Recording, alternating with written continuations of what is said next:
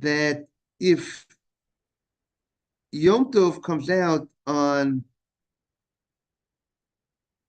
right next to Shabbat, right? Let's say Shabbat, the first day of Sukkot comes down on Shabbat. Morning, Simon.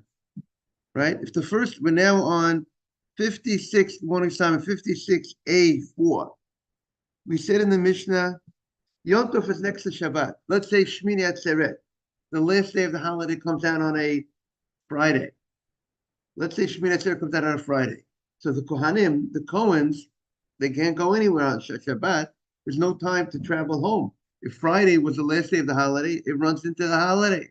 Or if Sunday is the first day of the holiday, you have to arrive. You can't arrive on Sunday on the holiday. You had to arrive before the holiday. You had to arrive on Friday.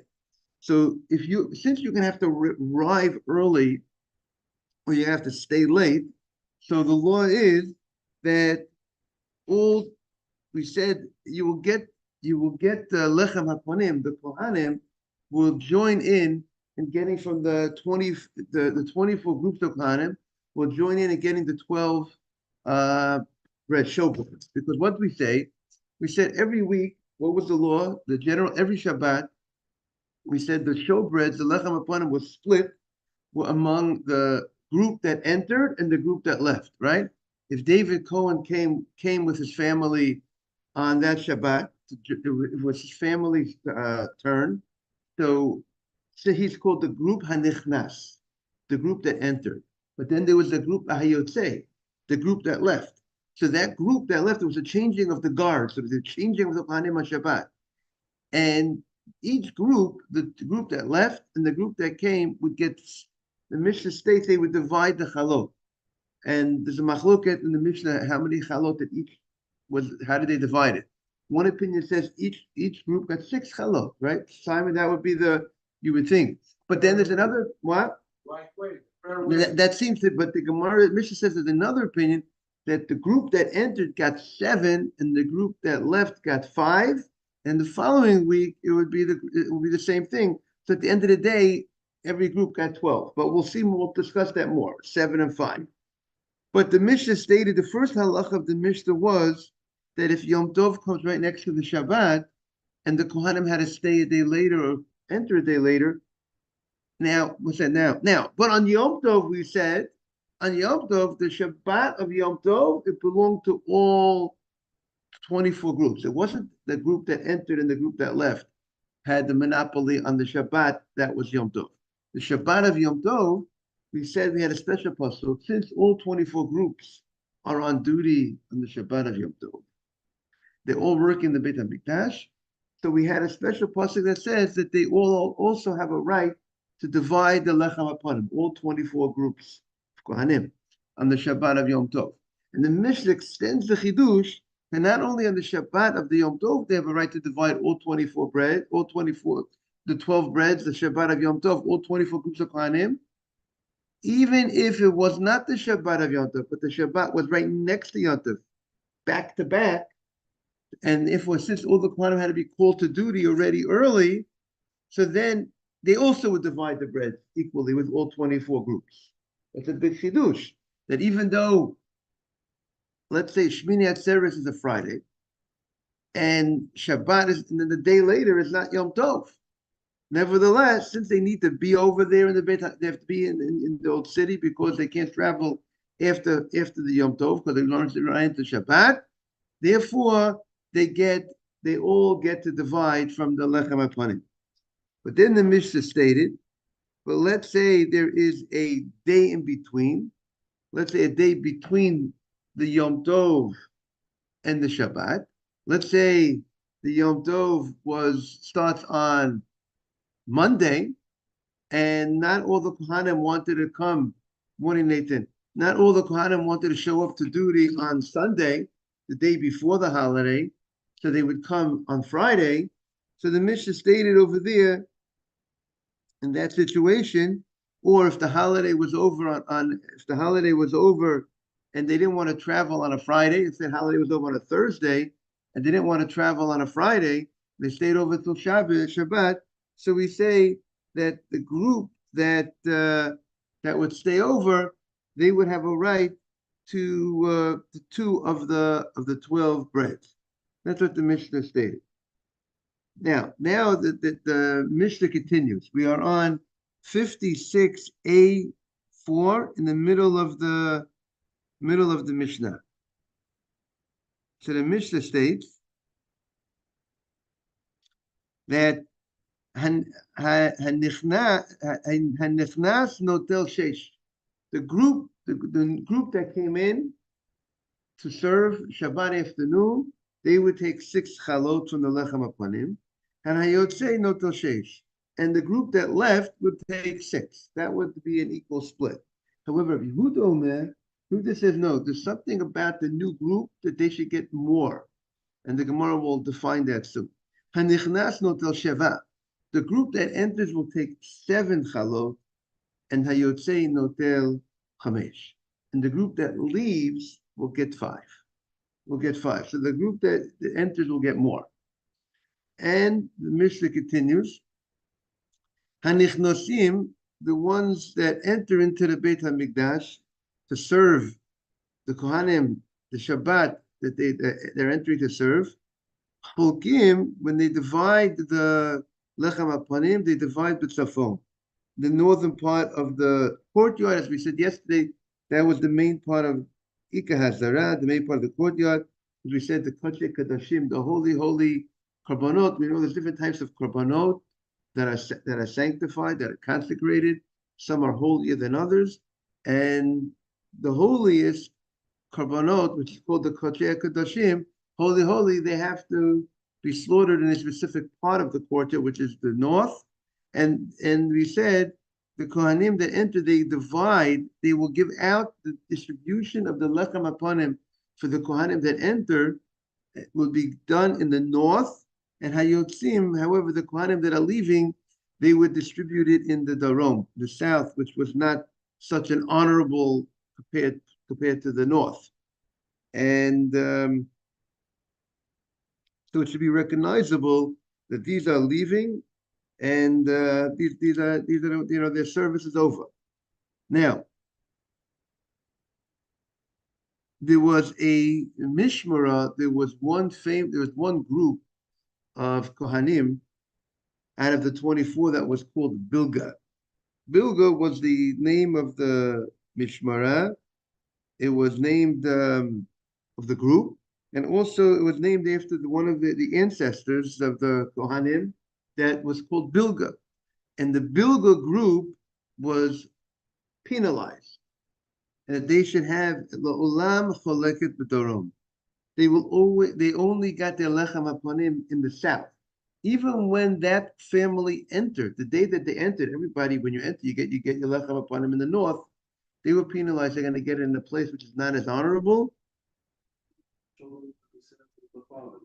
Okay, so we're going to have to see the Gemara to address, how do we address Nathan's? Nathan is saying that there was an opinion in what's the reason why this punishment was given was because one opinion is that they came late to service. Coming late to service means you're not showing your love for the service, and therefore we penalize that group, that they should. Good morning, Ralph. And morning, Rabbi. Punishment, or because there was a member of their group went off to Derech and married a Greek big shot, and also acted very, and we'll see about how terrible she was, and we penalized the whole group. So Nathan is asking, generally we don't penalize children or the grandchildren for the acts of their ancestors. So why should they be penalized? So when we get to the Gemara, we'll see the Gemara, story in the Gemara. I'll have to address it over there. The Gemara is not telling us any details yet about what it's all about. So they will go ahead, and this group of Bilga will always get it in the south. That's what they're going to distribute the Lechem HaPanim. We are on 56A4, the bottom of 56A4, and also with Habata, kavua. The ring, there was 24 rings in the courtyard of the Beit HaMikdash, or in the spot for the animals in the north of the. If you look at your picture, you should have a picture of 56A4, and it says that fixed to this to the stone floor of the courtyard, north of the Mizbeach, north of the altar where they did the slaughtering, there were 24 rings. Each ring corresponded, Rabbi, each ring corresponded to one of the Mishmarim, one of the groups. He had 24 groups, he had 24 rings. And when the animal was to be slaughtered, the ring was rotated, so you'd be able to go ahead and place the neck of the animal inside that ring, and then the ring was rotated. So then they rotated it back to lock the head in position, and now it's ready to be slaughtered. If you see how the ring in the picture, the ring in its open position, put the animal's head in, and then close up the ring, and now you got the animal's head tied in. It can't move up, right? Because when the ring is open, the animal just pick its head up. And by the way, there are stories of in modern day times, maybe 50 years ago, 60 years ago, that sometimes a shochet sometimes got killed. Sometimes a person who slaughtered the animal could get killed, sometimes by the animal picking up its head and knocking the knife, and the knife could go flying into somebody. This happens, such things, such accidents in slaughterhouses. So here we have now the head is positioned and now it's not going to move. Therefore, the slaughtering of the animal will be done properly. As you know, the slaughtering of animals done a very specific way. You have to go ahead and move the knife. You can't press the knife against the neck of the animal. And by having it head in a proper position, stable position, is going to help to be able to slaughter the animal properly. So, but the bilga ring of bilga was permanently sealed, and they're going to have to go ahead and use someone else's ring. They can't use their own ring to go ahead and put the animal in their ring, because there was also another part of the fine that we gave them. And the third thing that we find that we gave them was chalona situma, its window, its area where you had a place to put your knives, to store your knives. They were sealed. There were compartments along the northern and southern walls of the Mikdash. There were compartments, and they would put their knives in there, store their knives, like a little hole in the wall, so to speak. And Bilga, they didn't have, their hole was closed, and so these were the three things that they were penalized, the watch of Bilga. Now, the Mishnah now is going to explain, the Gemara is going to explain the Mishnah. Comes the Gemara, we are now on 56A5, turning the page. The Mishnah opened up with Yom Tov close to Shabbat, right? The Mishnah opened up Yom Tov hasamuch l'Shabbat. That we said if they come right next to Shabbat, we said that all the groups of Kohanim will join and eat the lechem hapanim together. The showbread will be equally divided, just as if on the day of Yom Tov, if Shabbat comes down on Yom Tov, all the groups of Kohanim join in to get the lechem hapanim. Not only that, even when Yom Tov does not come out on Shabbat, when Yom Tov is next to Shabbat, also they all join in to divide. So the Gemara says, what does it mean if Yom Tov comes out next to Shabbat, bein milefaneha, whether it comes out before or after? So the Gemara wants to know, what does the word milfaneha mean? Or what does achareha? What is before, what is after? Ilema. If you're going to translate it literally, that Yom Tov that's close to Shabbat lifaneha, that Yom Tov comes before Shabbat. That means if Yom Tov comes before Shabbat, that means Yom Tov comes out on a Friday. If you're telling me Yom Tov that's close to Shabbat before Shabbat means it comes out on a Friday, which that would sound like the literal Mufanel. Yom Tov before Shabbat, what does it mean? It comes out on Friday. And Ulachareha, and when Yom Tov comes out on afterwards, so what does that mean? And what does Lachareha mean? Yom Tov Achron, and the Yom Tov Achron, the last day of the holiday, means Mufaneha, would mean the first day of Yom Tov coming out on Friday, and Lachareha, and that the last day of Yom Tov comes out on Sunday. Is that what it means? If that what it means, the last day comes out on Sunday. What do you say? Maybe different years. I mean, not the same year. It could be different years. That the last day of Yom Tov comes out on Sunday. So if that's the case, if the last day of Yom Tov comes, so the Hainu Shabbat Shetoch Chag. That's the case of Shabbat. That a Shabbat that's in the holiday, because if if the last day of the holiday comes out on a Sunday, so then the Shabbat would be Shabbat Chol Hamoed. If the last day of the holiday comes out, good morning, Mark. Rabbi. Good to see you. If the last day of the holiday comes out on Sunday, if Shmini Atzeret comes out on Sunday, so Shabbat is Chol Hamoed. So Shabbat is Chol Hamoed.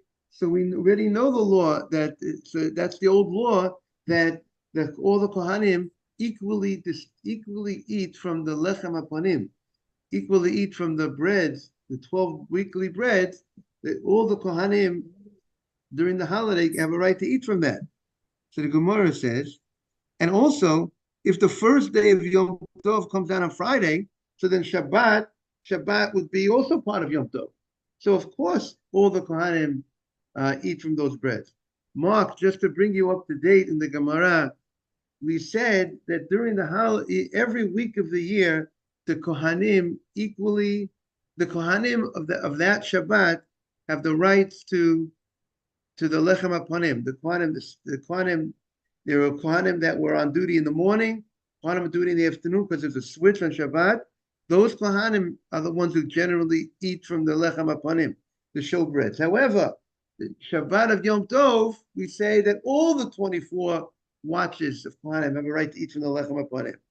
And now the Mishnah extends the chidush. So how is it extending the chidush? So the Gemara says, Ella, what does it mean, lefaneha? What does it mean that when it comes out before the Yom Tov is before? That means the Yom Tov Achron. That means Shmini Atzeret comes out before Shabbat. If Shmini Atzeret comes out on a Friday, so then the Shabbat that follows Shmini Atzeret David is not holiday. The Shmini Atzeret comes out on a Friday, then the Shabbat that follows is not holiday. And also, Lachreha is when the Yom Tov Rishon comes out on Sunday. So make believe the first day of the holiday comes out on Sunday. The first day of the holiday comes out on Sunday, Shabbat is not connected, it's not the holiday. Because if the first day is Sunday, so Shabbat is Erev Yom Tov. And nevertheless, even though the Shabbat, David, you got the cases? No, it wouldn't be Chol Hamoed. But if the first day of Yom Tov is Sunday, no, you're right. There would be a Shabbat Chol Hamoed on the next week. But we're referring to the Shabbat before the first day. The Shabbat before the first day is not the Yom Tov. And nevertheless, even though it's not Yom Tov, yet all the Kohanim will equally distribute from because even though they're not on duty yet, because it's not the Yom Tov yet, but since they have to arrive, because you can't arrive on the holiday itself on Sunday, you can't arrive on Saturday night, you can't arrive on Shabbat, you can't arrive on Shabbat, they had to arrive on Friday, so they said they all have a right to go ahead and distribute from Lechem HaPanim. So the Gemara says, my timer, what's the reason for this? What's the reason why we're going to give all the groups of Kohanim the right to eat from the lechem hapanim to distribute if it's not the Shabbat and the holiday? It's the Shabbat that came before the holiday or the Shabbat that came after the holiday. So the Gemara says, Kiva Nahani Mikadmi, since when the Yom Tov Rishon, when the first day of the holiday comes on a Sunday, they had to come early, because you couldn't come on Shabbat. And when the last day of Yom Tov comes down on Friday, you had to stay in town. You couldn't travel on Shabbat. You had to stay. So since you had to stay, come early. But you had to stay later. Tiknu Rabbanan Milta. The Rabbanan instituted this thing. In order that everybody should equally be able to eat from the lechem haponim of that Shabbat. But when it comes to the service, the work, the korbanot that were brought, that belonged only to the group that was on duty that week. Whoever's week's duty that was, that belonged to right, exactly. Only 2 out of 24 would, even though all 24 groups were in town, in the old city, for that Shabbat, because they couldn't travel. Let's say Yom Tov was over on Friday. Everybody's still around town, but they're not going to work. They're not going to serve on Shabbat. Only ones that will serve on Shabbat is whoever's week was that week. Now the Gemara says Chal Yom Echad. You should know in the text that we have in front of us, it says Chal Yom Echad, but in some texts they have, I think in the Mesivta text, it's Chal Yom Echad as the Chulu, etc. Because the Gemara is focusing on the later part of the Mishnah. What did the Mishnah say? Now we're turning the page, Mabruk. We're on Nun Vav on the base, 56b. The Mishnah stated that there's an argument between Rabbi Yehuda and the Tanakama, the Shabbat, on a regular Shabbat of the year, this time of the year, we said that there is a Mishmah HaNichnas and there's a Mishmah HaYotzei. There's a group of Kohanim that enter and there's a group of Kohanim that leave. And they divide the Lechem HaPanim. And Rabbi Yehuda says that it's 7 and 5. The group that comes in gets 7, and the group that leaves gets 5. By the way, the next week, the group that entered this week, next week will be the group that leaves, right? At the end of the day, the net, at the end of the day, what each one got was 12. Over the 2 weeks, you get 12. But this week, you come in, you get more. The distribution today is more for you today. And the Gemara asks the question, V'hani tarti tayu. Why are these group, the group that enters, why should they get 7? Why are they getting more than the other group? Why is it 7 to 5? Amar Rav Yitzchak.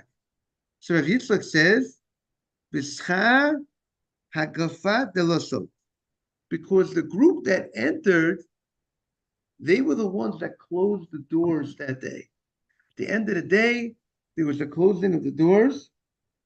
And therefore, because they were the ones who closed the doors, they got extra reward. There were 3 places in the Mikdash that the Kohanim would open up and close. And since they closed the doors, they got extra rewards for closing the doors. Some of the commentaries ask that why should they get more reward from the guy who opens up the Kohanim that opened up the doors? Who opened up the doors in the morning? The group that left. I mean, that group that worked until the afternoon, they opened the doors. So why do you get more reward for closing the doors than opening the doors? I mean, it's harder. I think the cleanup is always the hardest part. So the people clean up, you close up shop, you get the extra reward. Opening, it's always, everybody wants to open. Everyone, to start fresh is always easy. No, but the question is why? So I think they say in the name of the Meiri that not only did they close the doors, but he understands that they came in early in the morning to help with the opening the doors as well. So therefore, they did something extra, but they were the only ones to close the door. But it's something to think about. Why the fact that you close the doors, you're going to get more reward than the people that did you also open. If you also open the doors in the mornings, I understand you did something extra. But also, I think it's something to think about is how everything is precise. According to Yehuda, everything you do, you close the doors, we're going to get something extra for it. You're getting for your work, everything is recognized. So the Gemara says, but from a practical point of view, why shouldn't the group that leaves stay to the group that's entering? Dal the dal, wouldn't it make sense? Take away this privilege for you to have 7 this week, so then you'll be able to go ahead and have morning doctor. So you'll be able to have take 6 next week, and you'll get 6 next week. Why? What's your advantage by getting 7 today and 5 next week? Wouldn't it make sense to take 6 and 6? As Rashi says, remove this rule. Why shouldn't you remove this? In order that it should be also, if you remove this and you don't get 7 now, they'll remove next week and they'll say you won't get 5, you'll get 6. So just make it 6 and 6. So the Gemara says a very interesting thing that we know about. So he says, what you could, the idea is what you could get today, you don't know that you could get tomorrow. What I say, the hand with the hand in the bush, but 1 in your hand is better than 2 in the bush, right? That concept. So the Gemara says, Amar Abaye says, Botzina tava mekara. Botzina is better than a kara. What does that mean? That means, so Rashi explains, and the way they'll explain it over here, a small gourd, let's say a small squash is better than a large. Now, taking a small squash now is better than a large squash later. Let's say a person goes, Rashi says, a person says, you know what? I want to give you, I'm happy to give you a gift. And the gift I'm giving to you is a small squash. I have money, Mark. I have small squash, and Mark, the Gemara is right there. I'm sorry it's not on the table. There's a small squash that's attached to the ground. You could take off the squash now, and you could eat it. You could have it. I'm gifting you the squash. If you want, take it off today, and if you want, you could leave it there until it grows. It grows to a different level. What did you say? 56 B1. If you want, you could wait until it grows, and now it's called a butzina. When it's small, when the squash is grown, it's called a butzina, and then when it gets larger, it's called a kara. It's squash. The largest squash is another name for it. If you want, you can wait until the squash grows bigger, and it's better to take it now. You have an opportunity now. Take the smaller item. Take the bird in the hand now. You don't know you're going to get it later. Maybe later he's going to change his mind. Maybe later he's going to say, I decided I need to squash myself, so I'm not giving it to you.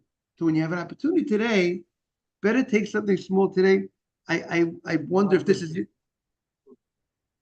Say it again? It's a wait. Okay. Right, very good. When I'm thinking about the business people in the stock market, is that you have a profit today. Should you say take the profit today, because and don't you don't know they'll have the profit tomorrow, or do you say wait, based on this Gemara here, it would seem take your profit. I don't know if we can say it. Take your profit. You got your profit. You don't know that you can have that profit tomorrow. That's the rest. So I'm not sure if we can apply this Gemara to that story of the market, but that's what the Gemara says, and therefore, if you have the opportunity of getting 7 chalot today, or getting 6 today and 6 next week, it's more respectable, or it's better. You don't know to get your 7 now, and you don't know about next week. Maybe some members of the group might not be feeling well. Maybe they're not going to be back. Maybe right. Maybe they won't be on for the whole week. Something will happen, whatever the case will be. So they say better take the 7 now, and take the 5 next week. It comes to Gemara. Rabbi Yehuda. Rabbi Yehuda says, "Uba musafim cholkin." Rabbi Yehuda says they divide the musaf. So what does that mean? So Rashi says the same way that they divide the lechem hapanim, the mishma that comes in, and the mishma that leaves, they divide the lechem hapanim. So too the musafim of every Shabbat. And what does that mean? So now we're not talking about Yom Tov. We're talking about a regular Shabbat. And a regular Shabbat, until now we've said that a regular Shabbat, what happens? The people that work in the Beit HaMikdash, if you're on duty, you're the ones who eat from the things that you're on duty from. Or if it's things that you don't eat from, let's say the morning korban is an olah, right? It's a burnt offering. So the burnt off, or the only thing you have to eat is the skins. The skins of the animal belong to the group of kohanim that are on duty on that day, on that Shabbat. Like we said, every Shabbat, the different groups of kohanim that were working the Beit HaMikdash. So the group that was, it's your week, you get from those skins. Now, what about? So there's no question about the shachrit. The morning offering of the olah belongs to the group that brought it in the morning. The group of kohanim that was still on duty, their shift is over in the afternoon. They're going to be finished after the musaf. They're going to bring the kohanim that are on duty this week. Were on duty. Their shift ends after the korban musaf. Shabbat afternoon, the shift ends. The new group comes in after the musaf, and the new group will bring the mincha.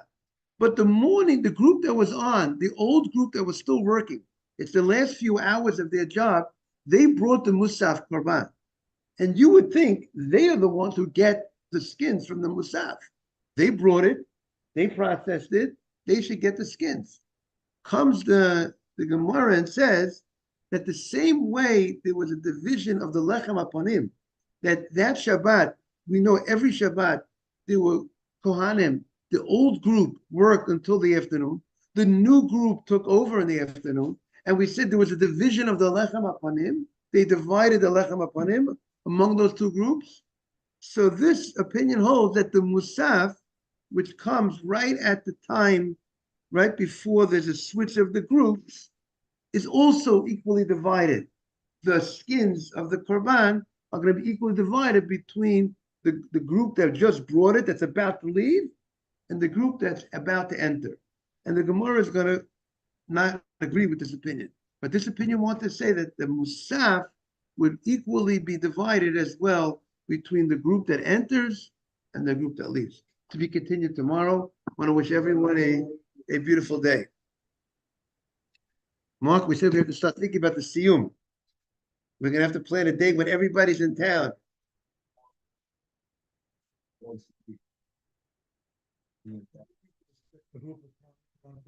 Every week in different group. So there was 24. No, so every 24 weeks they did another week.